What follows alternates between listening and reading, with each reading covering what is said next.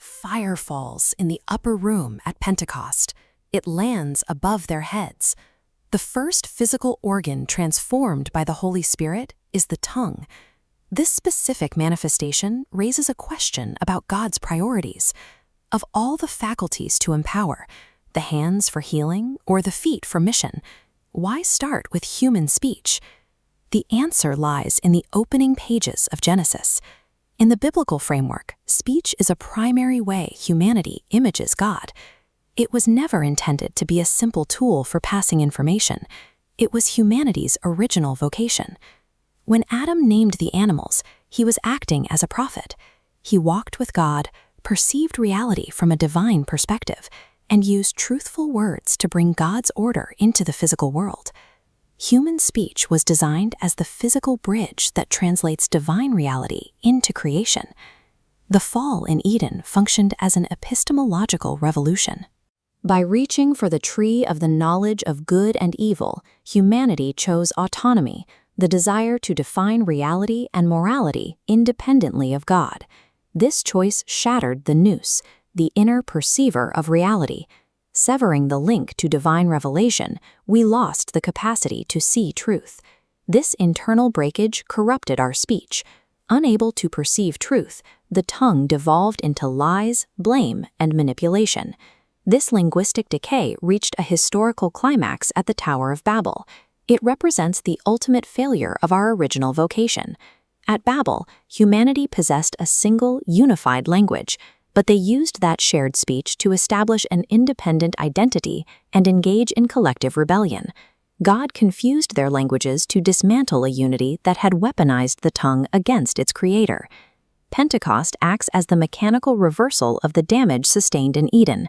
The Holy Spirit initiates a specific redemptive sequence. By renewing the human heart, the Spirit repairs the perception, the nous, allowing the person to recognize God's reality once again. Because the mind can perceive truth, that clarity overflows into restored, truthful speech. This internal repair fulfills the longing of Moses and the prophecy of Joel, a day when the Spirit would rest on the entire community, making them all capable of receiving and declaring divine disclosure. Pentecost establishes the church as a prophetic community. Every believer is now equipped to see reality through Christ and speak it faithfully to the world. This raises a question about why the Spirit chose these specific means. If Pentecost reverses the curse of Babel, why didn't God simply restore a single, unified language for all people? Instead of a single Adamic tongue, the biblical account emphasizes a list of diverse earthly languages: Parthian, Egyptian, Roman, and Arabic. At Babel, a uniform language fueled rebellion. At Pentecost, diverse languages are gathered into a unified proclamation.